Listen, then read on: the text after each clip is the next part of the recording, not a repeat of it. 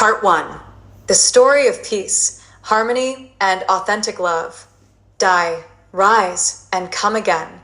Chapter 1. Die, letting go of the old self. A life in shadows. The beginning of my journey was not a moment of light, but one of suffocating darkness. My days as a nail technician were filled with repetition, routine, and a quiet suffering that few could see. I painted vibrant colors onto nails while my own world faded into a monotonous grayscale. Each stroke of polish was like an attempt to mask my own reality, a reality where I felt trapped, unseen, and unheard. My hands created beauty for others while my heart longed for something beyond the confines of my daily existence. Beneath the surface of my everyday life, I was waging a silent war, one that no one could see, yet it dictated my every thought and movement. PTSD was not just a distant memory of past pain. It was a relentless storm that followed me everywhere. It was woven into the fabric of my being, seeping into my thoughts, controlling my emotions, and draining the very essence of my body. No matter how much I tried to suppress it, to ignore it, it clung to me like a second skin, making it impossible to move forward. Each morning, I woke up with a weight pressing down on my chest, an invisible force that stole my breath before the day had even begun. I moved through life as if on autopilot, my actions dictated by survival rather than by any real sense of purpose or joy. I could feel my body moving, performing the tasks required of me, but my spirit was nowhere to be found. It had abandoned me long ago, lost somewhere in the labyrinth of past wounds that refused to heal. The grip of trauma. Trauma doesn't just haunt you, it consumes you. It infiltrates the way you breathe, the way you speak, the way you love. It shapes the way you view yourself, others, and the world around you. I found myself withdrawing from the people I once cared about, unable to form real connections. My heart had learned to exist in solitude, convinced that isolation was the only way to protect itself from further pain. Conversations felt hollow. Interactions felt forced. I was there, but not really. Smiles were masks, laughter was rehearsed, and every touch, no matter how gentle, felt like an intrusion. I had built walls around my soul so high that even I couldn't reach inside to find myself anymore. I had become a ghost of the person I once was, drifting through life, unseen and untouched, numbing myself to the world. The simple act of existing became exhausting. I was trapped in a cycle of reliving old wounds, experiencing the same emotions over and over again as if I were stuck in an eternal loop of suffering. The past was a shadow that stretched over every present moment, suffocating any hope for something new. No matter how hard I tried to escape it, the pain was persistent, lurking in the corners of my mind, waiting to remind me of everything I had lost. Every interaction, no matter how small, was tainted by this internal battle. Fleeting moments of joy felt undeserved, as though happiness was a privilege I had not earned. The voice inside my head whispered incessantly, cruelly, "You are broken. You are unworthy. You will never heal." And for the longest time, I believed it, drowning in the abyss of self-doubt. I became a prisoner of my own mind, held captive by the weight of my past and the fears of my future. Each day felt like a cruel repetition of the last, an endless loop of waking up, existing, and barely making it through. My dreams, once vivid and full of promise, had withered away, leaving only an empty shell of who I used to be. There were moments when I wondered if I would ever be free from this relentless torment. Would I ever feel whole again? Would I ever wake up and not feel like I was drowning before my feet even touched the ground? Would I ever be able to look in the mirror and recognize the person staring back at me? The world outside continued to move forward, but I remained stagnant, frozen in time by the traumas that had shaped me. I envied those who could laugh freely, who could love without fear, who could wake up without the weight of the past dragging them down. I longed to be one of them, to feel alive again, to reclaim the parts of myself that had been lost to suffering. But deep down, a tiny voice, one much quieter than the voice of self-doubt, whispered something different. It whispered that maybe, just maybe, there was another way, that maybe healing was possible, that maybe I wasn't as broken as I thought. That whisper was faint, almost imperceptible, but it was there, and eventually I would learn to listen. Breaking point, the moment of surrender. Pain as a patient teacher. Pain is a patient teacher. It does not shout or demand attention in obvious ways. Instead, it lingers in the background, waiting for the moment when we can no longer ignore it. I had spent years attempting to silence it, convincing myself that if I worked hard enough, stayed busy enough, or distracted myself with external validation, I could outrun the ache within me. But pain is never silent for long. No matter how much I buried it beneath daily routines, moments of forced normalcy, or fleeting pleasures, it always found a way back to the surface. At first, it whispered, subtle reminders in quiet moments of solitude. Then, it tightened its grip, making its presence undeniable. Every suppressed emotion, every unspoken truth, and every unresolved wound formed the weight I carried with me each day. Eventually, it became suffocating, an unbearable presence that demanded my attention. The more I resisted, the stronger it grew. Pain does not disappear when ignored. It only deepens its roots, waiting for the inevitable moment when we must face it. And then, one day, I reached a point where I could no longer carry it. It wasn't in a dramatic moment filled with grand revelations or intense emotions. No. My breaking point was quiet, almost imperceptible, like the final drop of water that causes an overflowing cup to spill. It was the slow realization that I could no longer live the way I had been living. The weight of my suffering had become too heavy, pressing down on me with relentless force until all that remained was exhaustion. The hollow reflection. The moment of awakening came unexpectedly. One day, I stood before the mirror and found myself staring into the eyes of someone I no longer recognized. My reflection was hollow, as if all the light within me had long since faded. The person in the mirror wasn't truly alive, just surviving, existing, moving through life without purpose or meaning. I studied my own face, searching for traces of the person I used to be. Where had I gone? Was there anything left of the person I once was? Or had I become nothing more than the sum of my wounds? I pressed my hands against the cold glass, trying to bridge the distance between the reflection and reality. And then something unexpected happened. Amidst the emptiness, I noticed a small crack, a tiny fracture in the carefully constructed illusion of strength I had built around myself. That crack was painful, but it was also the first opening through which light could enter. It was in that moment that I realized the past, no matter how painful, was not a prison sentence. I had been punishing myself, shackling myself to memories that no longer served me. I had been holding on to suffering not because I wanted to, but because I didn't know how to let go. But now, standing before my reflection, I saw something else, a choice.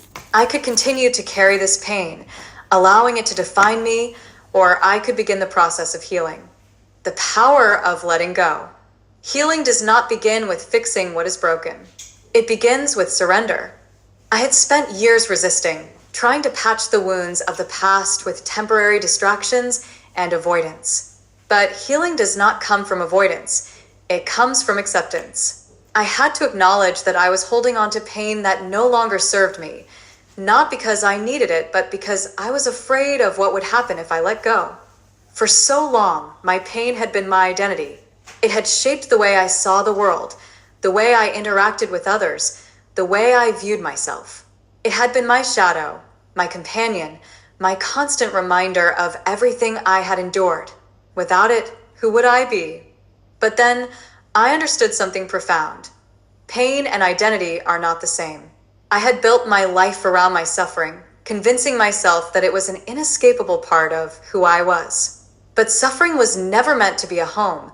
It was meant to be a passage, a bridge, a lesson. And so I made a choice, a quiet, desperate, yet powerful choice. I chose to let go. Not all at once, not perfectly, but slowly, piece by piece. With each breath, with each moment of awareness, I loosened my grip. I allowed myself to release the weight I had carried for so long, trusting that on the other side of surrender, something greater awaited me. That day, as I stepped away from the mirror, I knew that my journey was far from over. But for the first time, I was not running from pain. I was walking toward healing. And that, I realized, was the beginning of something new. Losing connection with myself. The road back to my soul. The messy process of letting go. Letting go is not a clean, simple process. It is not a single decision made in a moment of clarity, nor is it a straight path forward. Instead, it is messy, unpredictable, and filled with contradictions. It is moments of hope followed by waves of doubt. It is progress intertwined with setbacks. It is both terrifying and liberating. I used to believe that healing was supposed to feel like a triumphant breakthrough, a dramatic moment where I would shed the weight of my past and step forward into a new life, free and whole. But that was not my reality. My reality was much less poetic. It was waking up on some days feeling lighter, more hopeful, more at peace, only to be pulled back into darkness the next. It was taking 2 steps forward and then stumbling 3 steps back.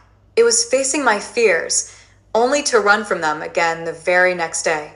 But what I didn't realize then was that this messiness, this inconsistency, was drifting further from myself.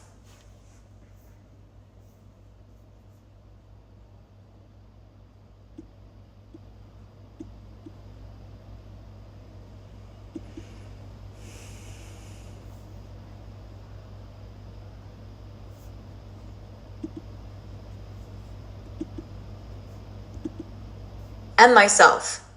I had spent so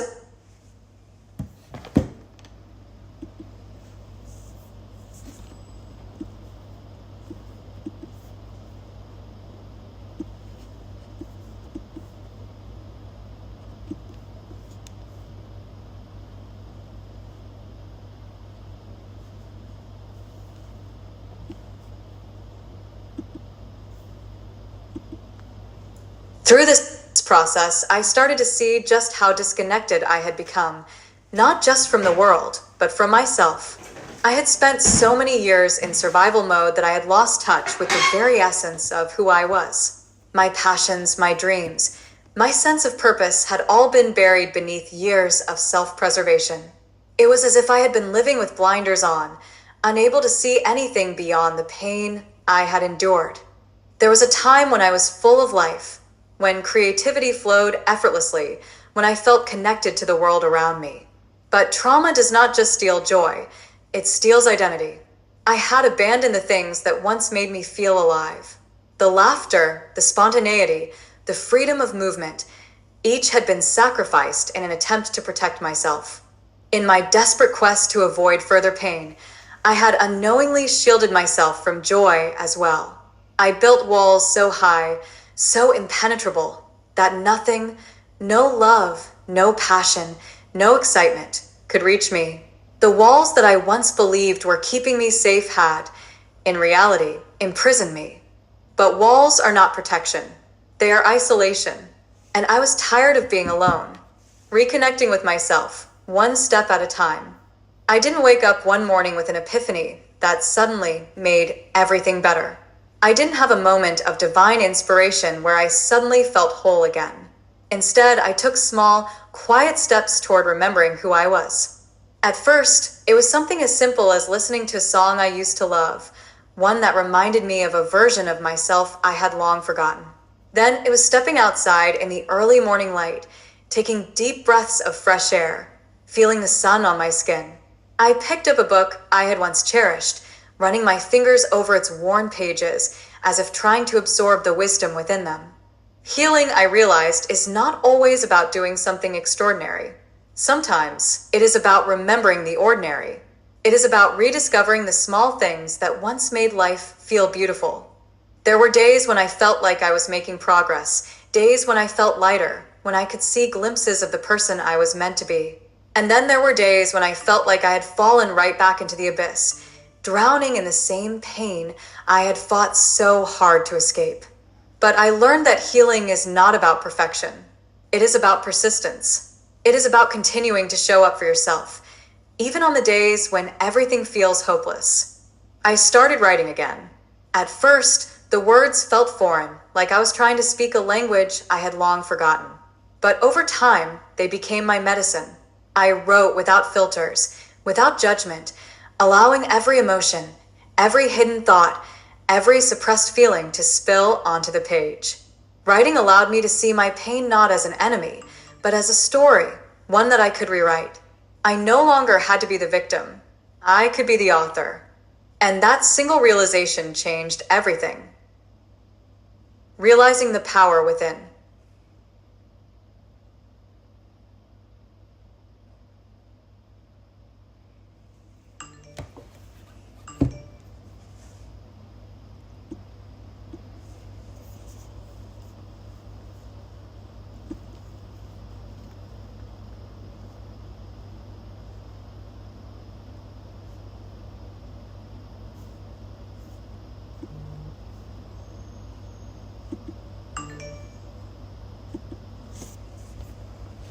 The awakening. Rebirth from the shadows. Realizing the power within. There comes a moment in every healing journey when the search for answers turns inward. After years of chasing external solutions, I finally arrived at an undeniable truth. Healing was never something I had to find. It was something I had to uncover within myself. I had spent so much time believing that someone or something outside of me would hold the key to my transformation. I had placed my hope in books, in therapists, in conversations with wise teachers. I had clung to the idea that if I just found the right words, the right guidance, the right wisdom, I would be able to free myself from the past that held me captive. But healing does not work that way. No therapist, no book, no mentor could do the inner work for me. They could guide me, point me in the right direction, and offer tools to help me navigate the process. But ultimately, the journey was mine alone to take. And that realization changed everything. For the first time, I understood that I was not meant to remain in survival mode forever. My trauma had shaped me, but it was not meant to define me. The pain I carried was real, but it was not meant to be my identity. I was not meant to exist in the shadows of my past. I was meant to live, to thrive, to create meaning beyond my suffering. The death of my old self. But in order to step into my future, I had to be willing to let go of the past. And that meant something deeper than just forgiving or moving on. It meant allowing an entire version of myself to die. The version of me that had been stuck in pain for so long, the one who saw themselves as broken, lost, afraid, that version had to be released. Not because it was weak, not because it had failed, but because it had served its purpose. For so many years, I had worn my suffering like a second skin. It had become part of my identity, a story I repeated to myself over and over again. But I had outgrown it. I no longer needed to cling to the comfort of victimhood, to the idea that my pain was the most important thing about me. Letting go of that version of myself was not easy. It felt like walking into the unknown without a map, without guarantees, without certainty. But deep down, I knew it was necessary. On the other side of that surrender, something remarkable awaited me. Freedom. Freedom from the weight I had carried for too long. Freedom from the self-imposed limitations I had placed on my own heart. Freedom to step into a new chapter of my life, one not defined by what I had lost, but by what I was ready to create. Stepping into rebirth. I did not have all the answers yet. I did not wake up one day suddenly whole, suddenly free of my wounds. I was still healing, still unraveling the layers of my past, still learning how to trust in my own strength. But for the first time, I was willing to trust the process. I was ready to stop carrying my past as if it were a burden I was obligated to hold on to. I no longer needed to wear my suffering like a badge of honor. I was not here to prove how much pain I had endured. I was here to show what was possible beyond the pain. And so I took a step forward. Not as the shattered, broken version of myself, but as the person I was always meant to be. This was not the end of my journey. It was the beginning of my rebirth. Reflection. Emerging from the shadows. To live in shadows is to live in a world where light feels unreachable. where every moment is colored by the weight of the past, and every step forward feels like an impossible task. I once believed that suffering was an inescapable part of my existence, that the wounds I carried were permanent scars, marking me as someone who could never truly be free. But what I did not realize then was that the shadows were not meant to define me. They were only meant to teach me. Looking back on the years I spent trapped in my own pain, I can see now that the suffering was never the enemy. It was my teacher. Every moment of despair, every sleepless night, every time I felt like I was drowning under the weight of my emotions, they all carried a lesson. Pain was not punishing me. It was pushing me to wake up. It was urging me to stop running and finally face the parts of myself I had been afraid to confront. Healing does not begin when the pain disappears. Healing begins when we stop resisting it, when we sit with it, when we stop numbing, suppressing, or avoiding the truth that has been calling to us all along. The truth was that I had spent years believing I was broken when, in reality, I was simply lost. The truth was that I had mistaken my suffering for my identity when, in reality, I was always meant to rise beyond it. Pain has a way of making us believe that we are alone, that no one else can possibly understand the depths of what we carry. But as I began to release my past, I realized that suffering is universal. We all experience loss, grief, and heartbreak in different ways, but none of us are truly alone in it. The moment I began to open my heart, to share my journey, to allow others to see me in my rawest, most vulnerable form, I discovered something powerful. Healing is not meant to be done in isolation. Healing happens in connection, in the spaces where we feel safe enough to be seen, to be heard, and to be held. For so long, I had built walls around my heart, believing they would protect me from further pain. But all they did was isolate me, keeping out not only the possibility of hurt, but also the possibility of love, joy, and transformation. Letting go of those walls was terrifying. It felt like stepping into the unknown, leaving behind everything I had relied on to survive. But survival is not the same as living. I was ready for more. Reclaiming myself was not a single, defining moment. It was a series of small, quiet choices. Choosing to wake up and try again, even when the weight of my past told me to stay in bed. Choosing to seek help, even when my pride told me I had to figure it out alone.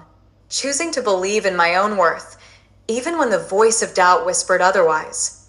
And slowly, piece by piece, I began to rise. The darkness did not disappear overnight, nor did the memories of what I had endured suddenly vanish. But something shifted within me. I no longer saw myself as a prisoner of my past. I saw myself as the creator of my future. I understood that while pain had been a part of my story, it was not the story itself. I had the power to rewrite it. Emerging from the shadows is not about forgetting what we have been through. It is about allowing our experiences to shape us without defining us. It is about taking what we have learned from our pain and using it to fuel our purpose. It is about embracing every part of ourselves, our wounds, our scars, our moments of weakness, and choosing to see them not as evidence of brokenness, but as proof of resilience. Healing is not a destination. It is a lifelong journey of returning to ourselves, again and again. And for the first time, I was ready to walk that path fully, with an open heart, with courage, and with the unwavering belief that I was meant for more than just survival. I was meant to thrive. The spark of love, tennis as a light.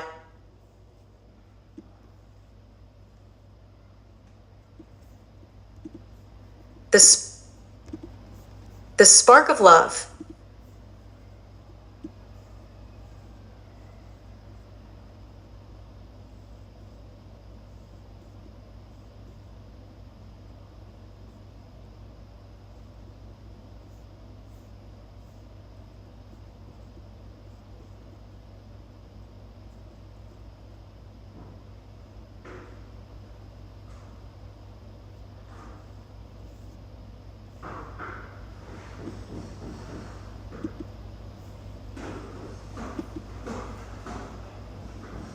Chapter 2. Rise. Embracing transformation and growth. The spark of love. Tennis as a lifeline. Life has a way of offering us lifelines when we least expect them. Small, seemingly ordinary activities that later reveal themselves to be catalysts for transformation. These lifelines often arrive disguised as hobbies, distractions, or mere routines. For me, that lifeline was tennis. What began as just another way to stay physically active soon became something far more profound: a teacher, a sanctuary, and an unexpected mirror reflecting the depths of my inner world. At first, tennis was nothing more than a game, a pastime that provided a structured escape from the weight of my thoughts. I picked up the racket, not expecting it to mean anything beyond exercise. But with every practice session, every rally, and every match, I began to realize that tennis was teaching me lessons I didn't even know I needed. It was not just about hitting a ball over the net. It was about presence, discipline, patience, and learning how to face challenges with resilience rather than frustration. From the moment I stepped onto the court, I was required to be fully present. The rhythm of movement, the sharp sound of the ball striking the racket, the anticipation of the next shot, all of it demanded my complete attention. There was no space to dwell on the past or anxiously project into the future. In those moments, my trauma and past struggles lost their grip on me. Tennis forced me into the present, grounding me in a way that meditation never could in my early stages of healing. For years, my mind had been a battlefield, constantly replaying old wounds and whispering stories of failure and unworthiness. But on the court, the noise quieted. The tension in my body melted into movement, and for the first time in what felt like an eternity, I was free from the burdens of my own mind. Tennis became my moving meditation, a space where healing could happen not in silence, but in action. Every match, whether won or lost, became a lesson in emotional mastery. Tennis is a game of strategy, endurance, and mental resilience. There are moments of control and moments of surrender. Sometimes you anticipate the shot correctly, and sometimes the game surprises you. I learned that, just like in life, I could not control every outcome, but I could control my reaction. Every missed shot was an opportunity to adjust and improve. Every lost point tested my patience. Would I dwell on my mistakes, or would I move forward and trust the next shot? The sport taught me resilience in its purest form. I had spent so much of my life fearing failure, seeing it as a confirmation of my inadequacy. But in tennis, failure was part of the game. It was not the end, but a necessary step toward growth.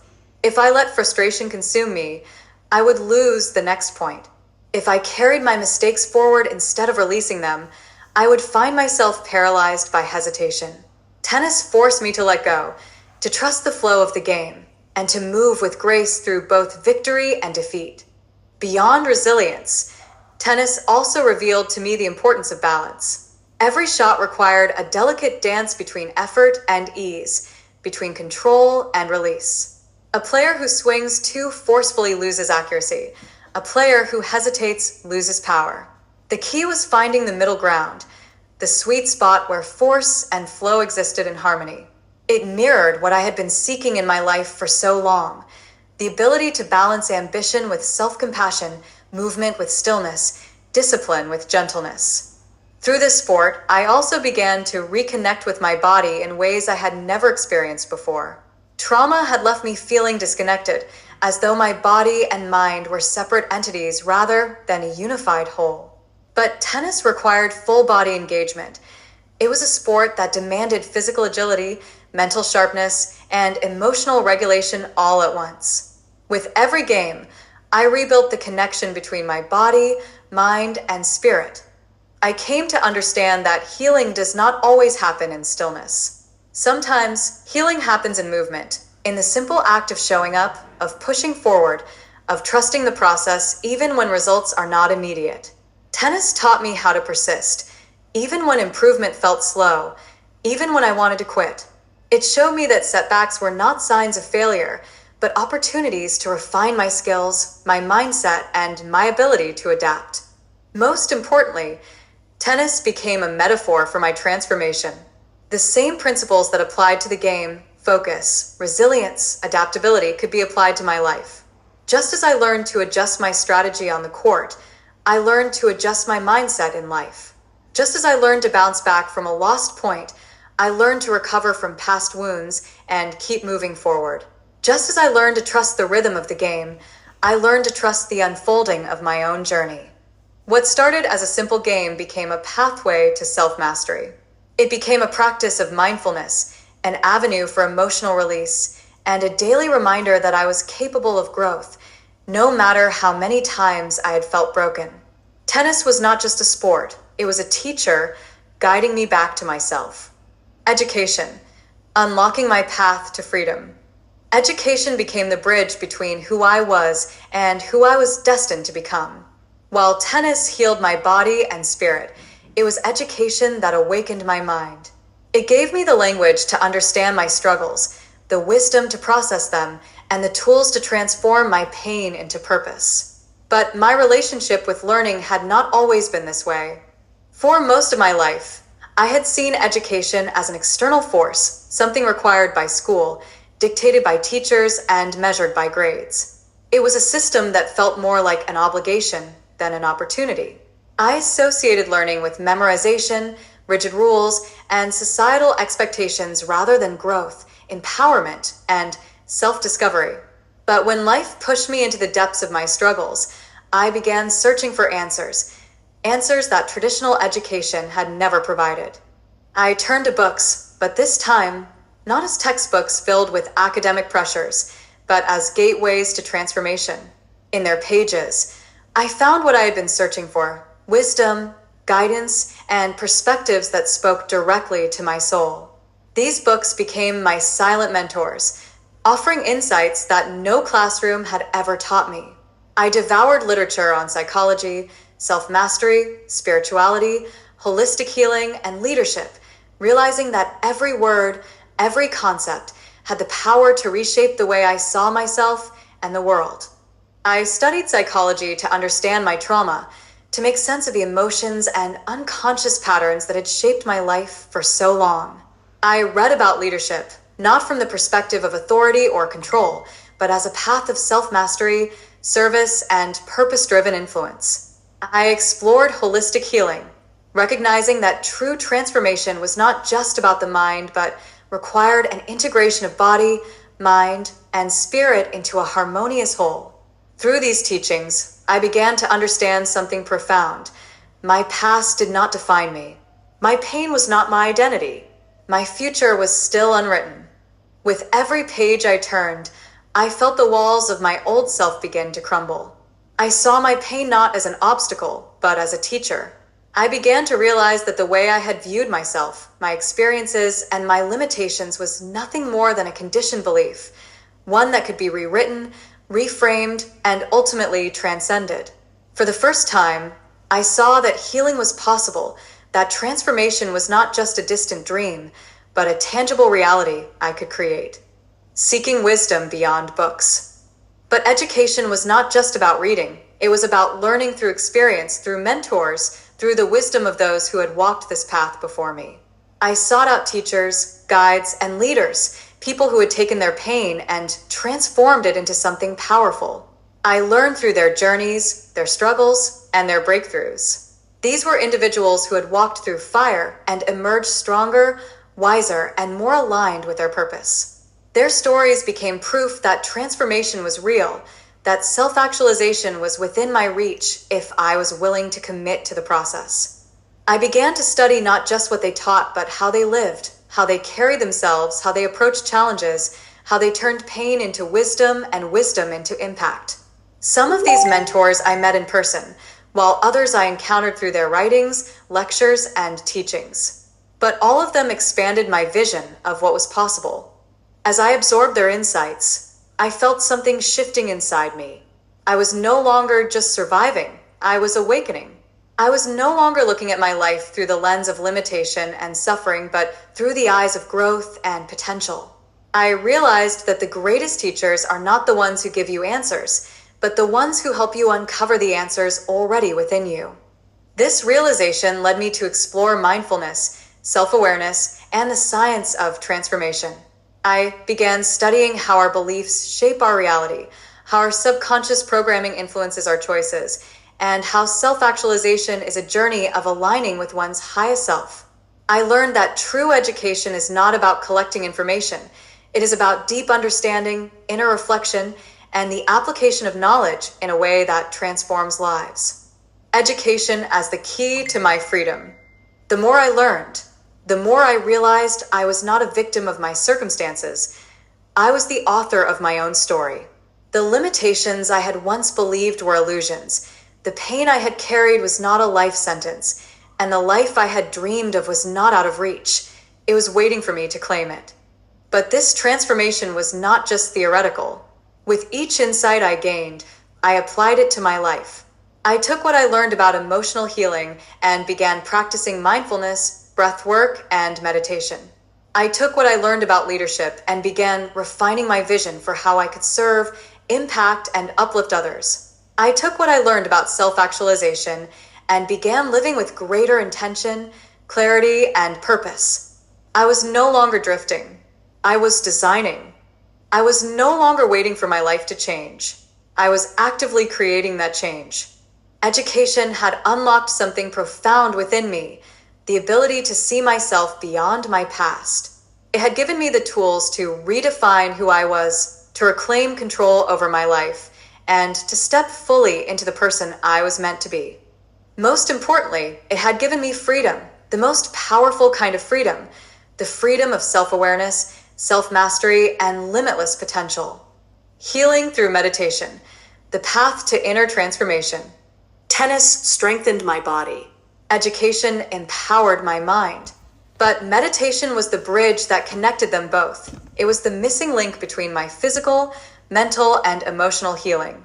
In the chaos of daily life, I had always sought structure, discipline, and external validation, but I never truly understood the power of stillness. My mind had been conditioned to seek distractions, to keep moving, to avoid confronting the deeper layers of myself. But at some point, I realized that healing could not come from running. It could only come from sitting still and facing what I had been avoiding all along. At first, meditation felt completely foreign to me. The idea of sitting in silence with my thoughts felt terrifying. For years, I had been suppressing emotions, numbing pain, and avoiding the uncomfortable memories that had shaped my suffering. Now, I was being asked to sit still and observe them, to allow them to surface without reacting, without running, without judgment. It was overwhelming. My first attempts at meditation felt restless, frustrating, and even pointless. My mind raced, my body fidgeted, and my fears grew louder. I would sit in stillness for a few moments only to feel an urge to escape, to do something, anything, that would keep me from being alone with my own thoughts. But something inside me knew that this resistance was not a sign of failure. It was a sign that I was standing at the edge of transformation. I had spent so long avoiding myself that I had forgotten how to truly be with myself. I reminded myself that meditation was a practice, not a performance. There was no goal, no finish line, only the journey of deepening my awareness, moment by moment. The breath as a tool for self-discovery. As I continued to practice, I discovered that meditation was not about escaping my mind. It was about understanding it. It was not about silencing my thoughts, but about learning how to observe them without attachment. I became aware of the constant stream of narratives running through my mind, the fears, the self-doubt, the limiting beliefs that had been dictating my reality for so long. And instead of trying to suppress them, I did something different. I allowed them to be. I learned to use my breath as a tool for self-discovery. With every inhale, I invited clarity and presence. With every exhale, I released the tension, fear, and emotional weight that no longer served me. The simple act of breathing became an anchor, a reminder that I was here, in this moment, not trapped in the past or lost in anxieties about the future. At first, my mind resisted. The ego thrives on control, and it does not like to be observed. But slowly, something began to shift. Instead of fighting my thoughts, I observed them. Instead of judging my emotions, I sat with them. And slowly, their power over me began to fade. I saw, for the first time, the inner landscape of my mind, the layers of fear, shame, and insecurity that had controlled me for so long. These voices, the ones that had whispered to me that I was broken, unworthy, and incapable of healing, had never been me. They were merely conditioned responses, echoes of past experiences that had left an imprint on my subconscious. And in that realization, I understood something profound. I did not have to believe every thought that entered my mind. I was not my trauma. I was not my past. I was something deeper, something whole, something worthy of love. From pain to self-compassion, meditation became more than just a practice. It became a homecoming.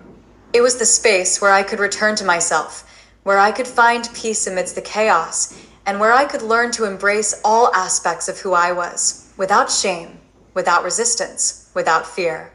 Through meditation, I discovered self-compassion. I had spent years punishing myself, believing that healing meant fixing what was broken. But meditation taught me that I was never broken to begin with. My wounds were not weaknesses. They were invitations to grow, to learn, to expand into the highest version of myself. With each session, I felt my mind, body, and spirit aligning in ways I had never experienced before. The anxiety that had once consumed me began to loosen its grip. The heavy weight of my past no longer dictated my present. The cycles of negative self-talk grew quieter, replaced by a newfound sense of inner stillness and self-acceptance. I realized that healing was no longer just an abstract concept. It was something I could feel, something I was actively creating within myself. It was no longer about waiting for some external force to fix me. It was about taking responsibility for my own transformation, moment by moment, breath by breath. Seeing the bigger picture. Meditation did more than just help me process my past. It helped me see the bigger picture of my life. I began to understand that every experience, every struggle, and every challenge had been shaping me into the person I was meant to become. The pain, the setbacks, the moments of despair, they were not random. They were lessons guiding me toward greater wisdom, greater resilience, and a deeper connection to my purpose. Through stillness, I learned that the external world is always a reflection of the inner world. If I wanted peace, I had to cultivate it within myself first. If I wanted clarity, I had to learn how to quiet my mind. If I wanted healing, I had to be willing to sit with my wounds rather than run from them. Meditation was no longer just something I did. It became a way of being. It became a sacred space where I could return to myself, realign my energy, and reconnect with the truth that had always been within me. I am whole. I am enough. I am free. And with that realization, my journey of healing took on an entirely new depth, one that was no longer about escaping pain, but about transforming it into power. Building resilience, rising beyond the past. Resilience is the invisible force that carries us through the darkest nights and into the dawn of transformation. It is not something we are simply born with. It is something we cultivate, something we forge in the fires of adversity. At the core of my healing, through tennis, education, and meditation, was resilience. It was the thread that connected every lesson, every hardship, every breakthrough. It was the force that taught me how to rise, again and again, no matter how many times I fell. For so long, I had believed that resilience meant being strong all the time, never wavering, never showing weakness. I thought that to be resilient meant to endure suffering without flinching, to push forward no matter how much pain I carried. But I was wrong. True resilience is not about never falling. It is about always rising. It is about learning from failure, embracing setbacks as part of the journey, and allowing each challenge to shape us into something stronger. I had fallen so many times. I had broken, shattered, and lost myself in ways I never thought possible. There were days when I wanted to give up entirely, moments when my past felt like a shadow I could never outrun. PTSD was relentless. It whispered to me that I would never escape, that no matter how hard I tried, I would always be trapped in the same patterns. The weight of my past threatened to pull me back into the abyss of old habits, old fears, old versions of myself. But something inside me refused to surrender. I had changed. I was no longer the same person who had once been paralyzed by fear. I had built something within me, something unshakable, something powerful, something that could not be taken away. My struggles had not broken me. They had shaped me, refined me, prepared me for the next phase of my journey. They had carved out space within me, space that could now be filled with strength, wisdom, and a deeper understanding of my own power. Resilience in the face of setbacks. There were moments when it felt like every step forward was followed by 2 steps back. Healing was never a linear path. It was a cycle of progress, regression, and learning to trust the process. I would have days of clarity and peace, where I felt like I was truly moving forward, only to be met with unexpected triggers that sent me spiraling back into old wounds. It was frustrating, exhausting, and at times disheartening. But resilience meant accepting the setbacks as part of the process. I began to see that every time I fell, I was given an opportunity to learn, to reassess, to grow. I had a choice. I could see setbacks as proof that I would never heal, or I could see them as lessons guiding me toward deeper transformation. And so I chose to rise. Again and again, I chose to face my fears, to step into discomfort, to embrace the pain not as my enemy, but as my greatest teacher. Resilience is built in those moments, the moments when everything inside you is telling you to give up, but you choose to keep going. It is in the moments when you doubt yourself, when you question your strength, but you take one more step forward anyway. It is in the quiet victories, the unseen battles, the internal shifts that slowly, but surely, reshape your entire being. The power of rising from the ashes. I used to believe that my past defined me. I thought that because I had experienced trauma, because I had been hurt, because I had struggled, I would always carry those burdens. But through resilience, I came to understand that my past was not my identity. It was my foundation. Every hardship had given me something: strength, wisdom, courage. Every challenge had stripped away the illusions, forcing me to see who I truly was beneath the pain. I was not weak. I was not broken. I was resilient.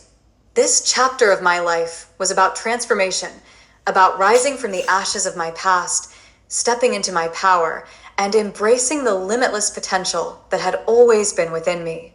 I was no longer just surviving. I was thriving. And in that realization, I found the greatest truth of all. Resilience is not about being unbreakable.